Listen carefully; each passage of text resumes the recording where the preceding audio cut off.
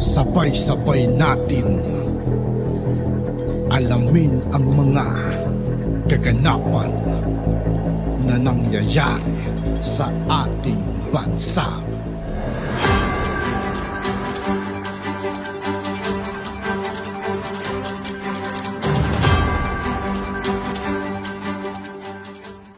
Yo, what's up mga kaibigan? This is I2K po again. Ngayon nandito ulit tayo sa channel ni Pinas News Insider. Dito ulit tayo magbibigay ng komento at reaksyon. Kaya samahan niyo guys. Let's go! Ang balita ngayon, trending ngayon sa mundo ng social media. Ang di umano'y balitang Senator Alan Peter Cayetano nagpakitang gilas sa pagdinig sa Senado.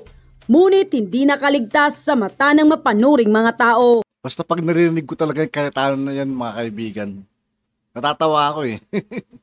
Boy 10K kasi yan eh. Pero bago ang lahat, kung bago ka pa lamang sa aming channel, please huwag kalimutang sa lahat ng hindi pa nakasubscribe mga kaibigan kay Pinas News Insider, mag-subscribe na po tayo at huwag nyo rin pong kalimutan mag-subscribe dito sa aking channel. Mag-subscribe at i-click ang notification bell para mas maging updated pa kayo lalo sa lahat pa ng bagong video na i-upload namin. At eto na nga mga kababayan, dahil sa kaipalan di umano ni Senator Alan Peter Cayetano, hindi nga ito nakaligtas sa mata ng mapanuring tao at pinalahanan pa siya sa kanyang ipinangakong 10,000 piso. Matapos di umano nitong makisawsaw sa issue ng mga OFW na binuksan ni Senator. Payat ng mukha ni doon, Cayetano mga kaibigan, parang alien eh. Hindi sa panlalait mga kaibigan, kaya tignan nyo. Or na-stretch lang kayong video, kaya ganyan. Issue ng mga OFW na binuksan ni Senator Raffy Tulfo sa pagdinig sa Senado. Kamakailan nga ay tinalagang chairman ng Committee on Migrant Workers ang panibagong senador na si Raffy Tulfo. At matapang ang kanyang naging mga hakbang para maprotektahan ang ating mga kababayang OFW. Inilabas din niya ang mga reklamo ng mga manggagawang Pilipino, lalo na sa gitnang silangan na lagi nawawal mga OFW natin mga kaibigan. No? Kung saan-saan lang sila natulog. No? Laging may naapi at nagagahasa at minsay kinikitilan ng buhay. Sa naturang pagdinig sa Senado ay umeksena di umano si Senator Cayetano na tila baga nagbubuhat ito ng sariling bangko. Dahil ayon pa sa kanya, marami siyang ginawang hakbang noon upang makatulong sa ating mga kababayang OFW. Subalit, hindi kumbinsido ang taong bayan sa mga mabuluklaking salita ni Senator Cayetano. Dahil aniya, sa loob ng mahigit isang dekada na hindi ka naramdaman ng mga OFW, tapos sabi mo marami kang nagawa. Sira ulo talaga itong Cayetano itong mga kaibigan. Ano? Ilang senador nito ay wala silang nakikitang magandang nagawa ni Cayetano sa ating bayan. At alam ng mga tao yun, Cayetano. Kaya huwag ka na masyadong pabida dyan. Hindi naman tanga yung mga OFW natin eh. Masyado ka naman nagiging pabida kahit wala ka naman nagagawa. Alahanan pa siya sa kanyang ipinangakong 10,000 piso na hanggang ngayon hindi pa niya naibibigay. Samantala, hindi naman mapigilan ng marami sa ating mga kababayan na magbigay ng kanilang hinaing at komento. At ayon pa sa kanila, Senator Alan Cayetano, alam mo na pala ang problema ng mga OFW. Ang tagal mo na dyan. Yun na nga eh, alam na nila yung problema, hindi pa nila nilutas. Hintayin pa nilang mag-react si Raffy Tulfo. Tapos magiging pabida sila kung kundit. Bakit hindi mo ginawa ng paraan? Mabuti pa si Idol Raffy Tulfo. Bago pa lang aksyon agad. Mabuhay ka, Idol. Huwag na nating pakinggan yan si Tano. Sa kadapag na ibigay na niya yung 10 kikong inang libong bawat pamilyang namuti na ang mga mata sa kaiintay. Salute, Idol Raffy Tulfo. Basta Tulfo Brothers. Maka-Diyos, makabayat, makataot, makabansa. God bless po, mabuhay po kayo mga idol. Bakit nakalusot itong Cayetano? Iubod ng kontra yung pangako niyang 10K. Wala, anong klaseng pangako yun? Ngayon lang ako nakarinig ng 10K kada pamilya. Nakikisawsaw sila sa isang baguhan. Katagal na nila sa Senate, walang nagawa. Laking sampal sa kanila ito mga kaibigan. Sa totoo lang, ang tagal nilang Senado. Samantalang kaupo pa lang ng ating mahal na idol, Rapi Tulfo. Diba? Sige idol, ipakita mo sa kanila ang tama para mahiya sila at matuto. Cayetano, ano na nagawa mo? Parang paepal ka lang. Dekada ka na nasiserbisyo. Kawawa mga OFW. Sa tagal mo na sa Senado, Senator Cayetano, bakit ngayon mo lang yan nasabi? Dapat noon pa. Dahil alam mo pala na may kamalian sa seminar ng OFW. Sana, ginawan mo na ng batas. End quote. Senator Alan Peter Cayetano, that we will take note and I'll talk to my staff to make sure na included yan sa record namin. Yes. And I'll give you just an insight with my experience kung bakit napakahirap. Alam niyo po nung iba Experience daw mga kaibigan, ano, hindi ka naramdaman ng mga OFW tulong mo eh. Hindi ka nila maramdaman. 10,000 mo, di pa maibigay. bansa natin sa Kuwait, ang nagrarally po yung mga recruiter at yung iba pa nating kababayan eh. Bakit po? Kasi napakamahal po ng charge ng both recruiter on the side ng Kuwait at sa Pilipinas. So dalawa po problema, yung kafala system, which is the sponsorship system. So pagdating doon, you cannot do anything without your sponsor. Kukunin passport mo, hindi ka pwedeng lumayas. So katulad po ngayon, no, after 2018, nakonbinsin natin ang ating mahal na Pangulo at Kabinete, and thank you to the Senate during that time, from 100 million, ginawa ng 200 million yung legal assistance fund. At nung araw, hindi pwedeng yung abogado ay pumasok pag sa pulis pa lang. Dapat nasa korte na. But during my time there, I'd like to thank Yusek Sara Ariola who's here today. Inayos po nila na nasa presinto pa lang at saka naka-retainer na ang mga abogado dun sa mga lugar na maraming problema, no? Kasi minsan pag nasa kulungan na, mabigat na yung problema. But my point is, Your Honors, my dear colleagues, is that and also the assistance to national, no? It was from 400 million increased to 1 billion.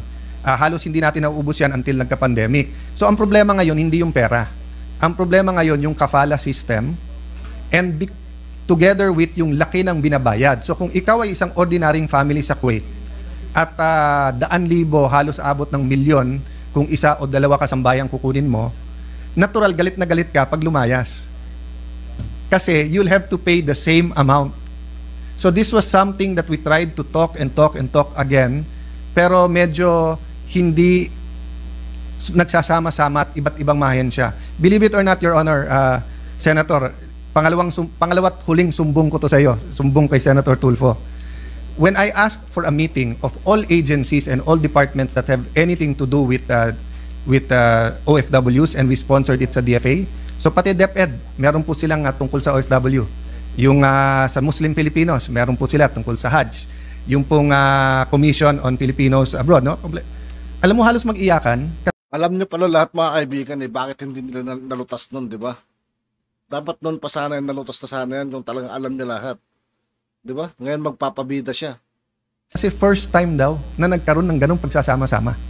At nung umalis ako to run for Congress, sinabi ko kay Secretary Bello, Sec, co-chairman ka ha, ituloy mo. I don't know why hindi na nagkaroon ng ganon. So I'm hoping now, through your committee, lahat ng ahensya that has to do with OFWs, including TESDA, because bumabalik din yan for retraining, di ba? Would be able to find a home and a venue with you na sila magkausap-usap, no?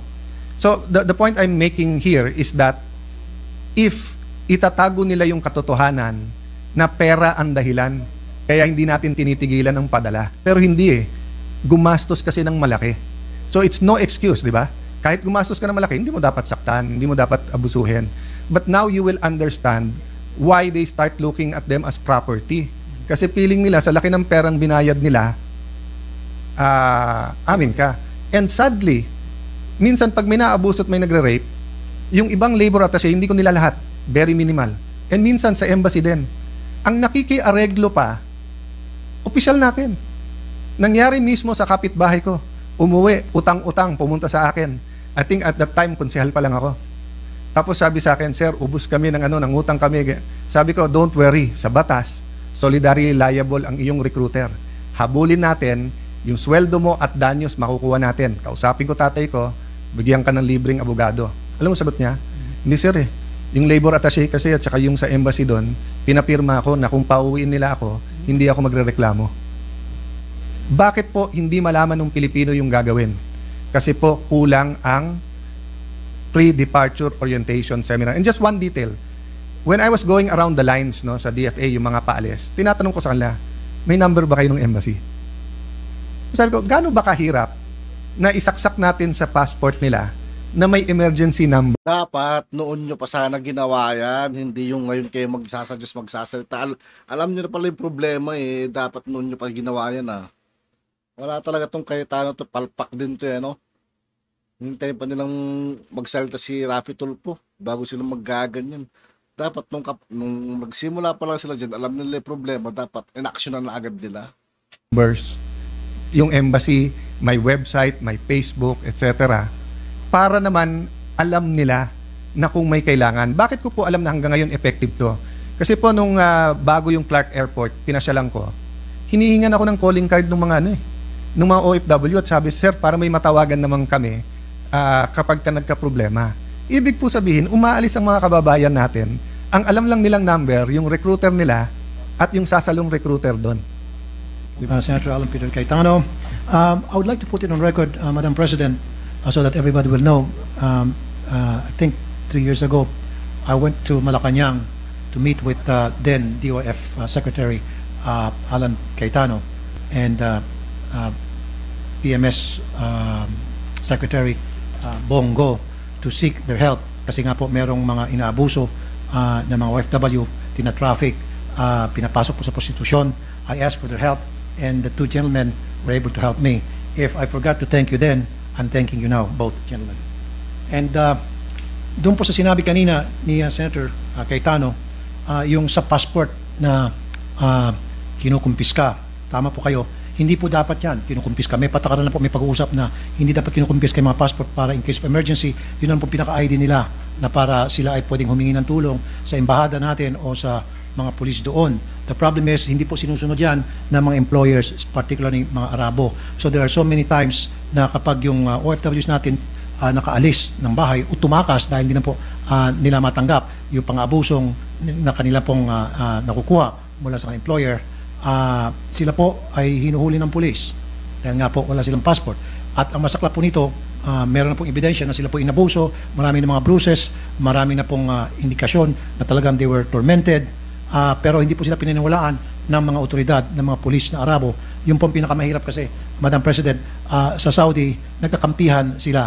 Parang sinasabi nila sa ating mga OFW, nito mga pulis na Arabo, kasalanan mo kung ikaw ay na-rape, kasalanan mo kung ikaw ay minaltrato kasi pumunta ka rito. Kung wala ka sana rito, hindi ka sana naabuso. Yan po kadalasan narinig ko po na sinasabi po ng ating mga OFW kapag sila po ay nagpag-usap sa mga pulis doon sa Saudi, hindi po sila tutulungan. And I may add also doon sa sinabi po ni Senator Cayetano, totoo po, kailangan nila ng numero ng ating mga embahada para sila po ay matulungan.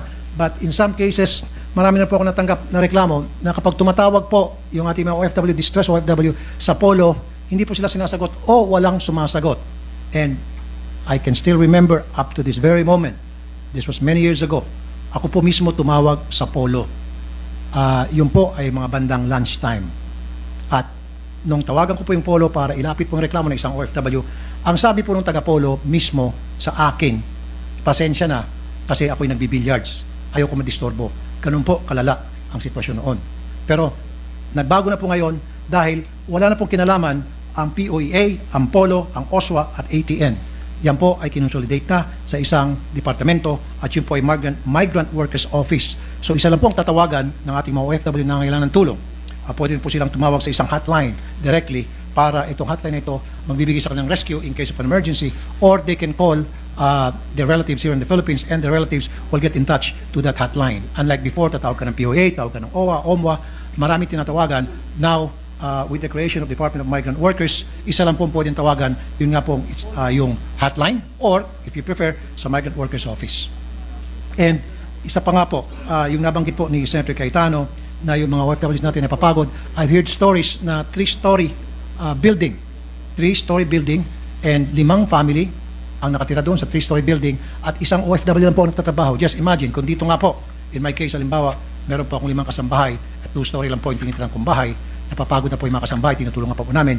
Yung pa kaya, 3-story building, 5 family at isang OFW lamang po nagtatrabaho. Pag nagreklamo po, nasasaktan, nabubugbog at hindi pinapasweldohan at yung sinasabing ginugutom, tuto po yan, hindi po pinapakain. Kung pinapakain man, panis-panis po. Kaya kadalasan yung OFWs po natin, pag meron pong kapitbahay na mabait at meron Pilipino na swerte, ang kanyang amo ay mabait, nabibigyan po ng pagkain na parang hayop na tinutubungan ko sa Bisaya na para makakain lang siya. So ganun po talaga kay katindi yung mga sitwasyon na sinasapit po ng ating tinatawag ng mga bayani. Tinatawag natin sila mga bayani pero ang turing natin sa kanila hindi mga bayani, pinapabayaan natin sila na para mga basahan. But this time, under my watch bilang committee chairman ng Migrant Work. At yun na nga mga kababayan, At yun nga po mga kaibigan, dito po nagtatapos ng ating reaction video. Muli ako po si I2K ng Sundalo ng Donggalo at 811. Maraming salamat sa patuloy na pagsuporta. Yeah, peace out.